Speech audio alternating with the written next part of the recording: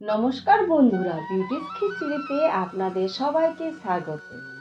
বর্ষা তো চলেই এলো, আর বর্ষার শুরুতেই আজ আমাদের রান্নাঘরে হতে চলেছে এই মরশুমের প্রথম ইলিশ মাছ রান্না। আজ আমি বানাচ্ছি খাঁটি বাঙালি স্টাইলে জিভে জল আনা সর্ষে পোস্ত ইলিশ ভাপা।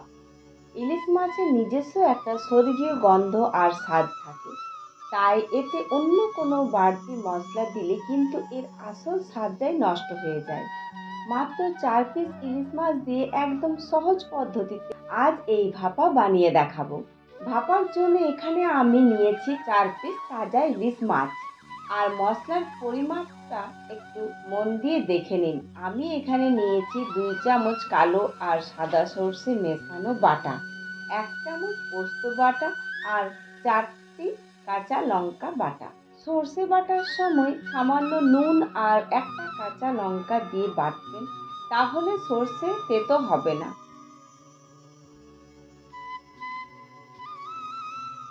এবার একটা টিফিন বক্সে মাছগুলোর সাথে সর্ষে পোস্ত কাঁচা লঙ্কা বাটা,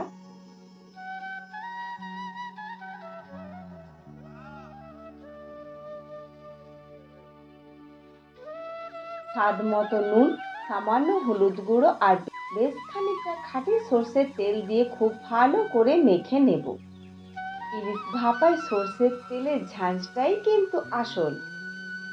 মাছগুলোকে মশলার সাথে ভালো করে মাখিয়ে আরও 2টো চেরা কাঁচা লঙ্কা আর 1 চামচ সর্ষের তেল ছড়িয়ে টিফিন বক্সের মুখটা আটকে দেব। কড়াইয়ে জল গরম করে টিফিন বক্সটা বসিয়ে দেব।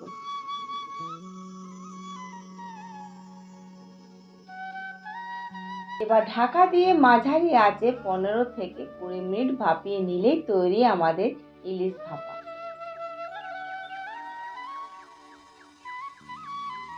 ব্যাস, 20 মিনিট পর গ্যাস বন্ধ করে টিফিন বক্সটা একটু ঠান্ডা করে খুলে নিলেই তৈরি গরম গরম ইলিশ ভাপা।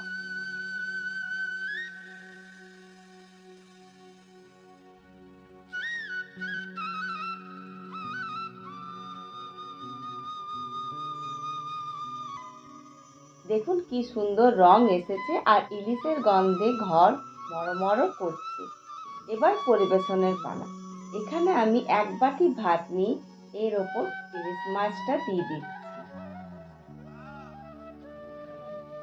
আপনারা অবশ্যই বাড়িতে এটি ট্রাই করুন আর আমাকে কমেন্ট করে জানান কেমন লাগলো। আজকের মতো এখানেই বিদায় নিচ্ছি। দেখা হবে পরের ভিডিওতে। সবাই ভালো থাকবেন, সুস্থ থাকবেন। ধন্যবাদ।